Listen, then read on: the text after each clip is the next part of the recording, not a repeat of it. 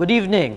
The Metropolitan Manila Development Authority says the nationwide transport strike on Monday had a minimal impact on public transportation operations in Metro Manila.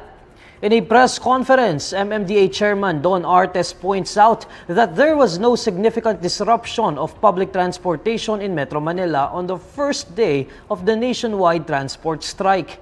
Transport Group Manibela pushed through with their nationwide transport strike on Monday to protest the alleged corruption in the transportation sector, as well as the Public Utility Vehicle Modernization Program. Manibela also held a protest at Mendiola, Manila, where about 200 people and 50 vehicles joined. In their social media page, the Transport Group addresses Artes' remarks. The group questions the local government authorities' decision to suspend classes and provide free rides for commuters despite the MMDA downplaying their strike's impact. However, Artes explains that the suspension of classes and free rides were offered to ensure that commuters would not face any inconvenience. Manibela Chairperson Mar Valbuena tells INQUIRER.net that the transport strike will continue indefinitely. He adds that a protest is set to be conducted on Tuesday in front of the Land Transportation Franchising and Regulatory Board main office. A Department of Foreign Affairs official says President Bongbong Marcos plans to urge investments in the Maharlika Fund during his trip to Saudi Arabia this week. In a palace briefing, DFA Assistant Secretary Daniel Espiritu says Marcos is set to travel to Saudi Arabia for the Association of Southeast Asian Nations Gulf Cooperation Council Summit on October 20. The President will be participating at the first ASEAN GCC Summit, which will be held in Riyadh at the Ritz-Carlton Hotel on October 20, 2023. It will be a short affair. It's just a one-day meeting, but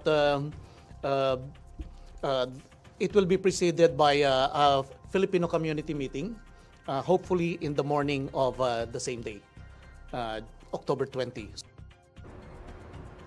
According to Espiritu, Marcos will bring up the Maharlika Investment Fund during the trip as he will hold the meetings with the host country and Saudi businessmen there.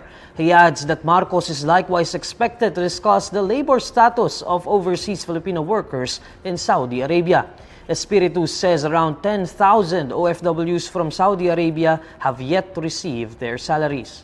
Part of the discussion could be the presentation of the Maharlika Fund to the Kingdom of Saudi Arabia and its businesses. Now, there are also planned bilateral meetings with Saudi Arabia as well as with Bahrain. But again, beyond generalities, I cannot give you details yet because they are still being finalized. Senator Risa Hontiveros is seeking an investigation into the troubling series of hacking and data breach incidents which targeted several government offices. The probe is being proposed through Senate Resolution number 829, which Hontiveros filed on Monday. In the resolution, Hontiveros says the hacking and data breach incidents endanger the safety and security of all Filipinos. She says this leaves the public more vulnerable to schemes involving text message spams, online scams, phishing, financial fraud, extortion, blackmail, and identity theft. The resolution likewise aims to examine the government's existing cybersecurity measures and preparedness against cyber attacks.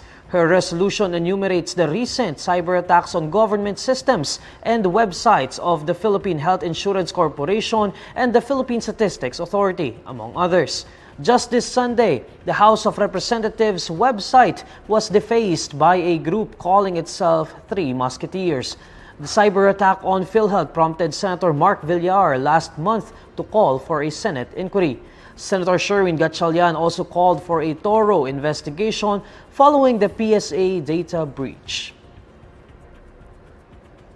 Albay 1st District Representative Edsa Lagman wants to declare February 25 of every year as a regular non-working holiday in commemoration of the Edsa People Power Revolution Anniversary. Lagman's House Bill number 9405 states that February 25 must be declared a holiday to, quote, commemorate, institutionalize, and memorialize the popular ouster of President Ferdinand Marcos Sr. as dictator of his martial law regime. Under the bill, an EDSA commission composed of different agencies would be reconstituted to plan different activities for the observance of the historical event. At least 10 million pesos from the annual budget and donations would be used to fund the activities. Asked by reporters why he did not file the bill before, when President Bongbong Marcos was not yet the chief executive, Lagman says the Marcoses and their allies will be forced to agree with the bill since shunning it would mean that there is indeed an effort to revise history. Last Friday, Malacanang released Proclamation number 368, which listed the holidays for 2024, but February 25 or the anniversary of the People Power Revolution was not included. The Office of the President explained the Edsa People Power Revolution Anniversary was not in the list of holidays for 2024 because it falls on a Sunday. Senator Bato de la Rosa says he had advised the National Bureau of Investigation to look into the circumstances behind the reported deaths of children in Sitio Kapihan, the village in Socorro, Surigao del Norte, occupied by the suspected religious cult Socorro Bayanihan Services, Inc. In a press briefing, De La Rosa says a formal letter has yet to be issued, but he notes that he already gave initial advice to NBI Caragas Regional Director. After conducting an ocular at Sitio Kapihan, De La Rosa concludes that SBSI's alleged mass grave was haphazardly made just because members were aware of a scheduled inspection. According to the senator, the suspected illegal cemetery will certainly be discussed in the next Senate hearings. Reports from SBSI members indicate that most of those buried in the cemetery are children, but De La Rosa says these reports are yet to be proven. Along with the ocular conducted by the Senate panel on public order and dangerous drugs, the NBI exhumed on Saturday the remains of one child upon the request of the kid's father. De La Rosa says the child reportedly died because SBSI leader J. Renz Kilario, also known as Senyor Aguila, did not allow the child to be sent to the hospital.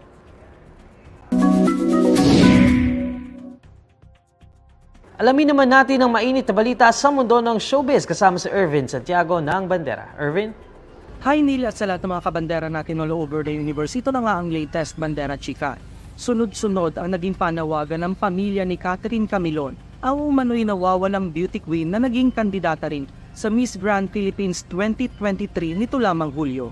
Itinuturing ng missing person ang dalaga dahil ilang araw na itong hindi umuwi sa kanilang bahay at hindi rin nagpaparamdam sa kanyang pamilya. Base sa mga post sa Facebook ng kanyang mga kamag-anak pati na ng mga malalapit niyang kaibigan, noong October 12 pa nila hindi makontak si Catherine. Isa ang nawawalang dalaga sa mga kandidata ng Miss Grand Philippines 2023 na ginanap last July. Si Mickey Demora mula sa Cagayan de Oro ang nagwagi sa nasabing national pageant. Sa kanyang Facebook account, nagpost ang kapatid ni Catherine na si Chin Chin noong October 13 at dito nga niya ipinaalam na hindi pa umuwi ang beauty queen. Nakiusap siya sa lahat ng makakabasa ng kanyang post na agad ipaalam sa kanila sakaling makita o makausap nila si Catherine. Ito raw ang unang pagkakataon na hindi sila nire-replyan ng dalaga kaya hindi na maganda ang pakiramdam nila hinggil sa mga pangyayari. Kaya naman ang hiling ng kapatid ay magparamdam na sana si Catherine kung saan man ito naroroon. Miss na raw niya ang kapatid at mahal na mahal daw nila ang dalaga. Nanawagan din ang nanay ng beauty queen na si Rose Camilon na sana'y makipag-usap na ito sa kanila dahil alalang-alala na ang kanilang pamilya. Umaasa sila na sana'y nasa maayos at ligtas na kalagayan si Catherine ngayon sa kabila ng hindi nito pagpaparamdam at pagpapakita. Bukod sa pagiging beauty queen at model, isa ring public school teacher si Catherine sa Batangas. At yan ang Bandera Chika natin today. Thanks, Neil!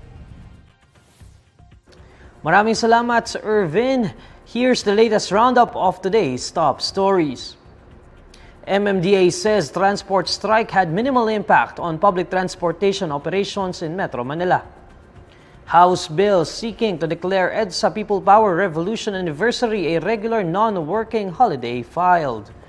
And oil firms announce increase in gasoline prices effective Tuesday. diesel, kerosene to roll back. And these are the stories you need to know today. I'm Neil Mercado. Follow INQUIRER.net on Facebook, X, YouTube, TikTok, Instagram, and Reddit. For more stories, visit INQUIRER.net. Good evening.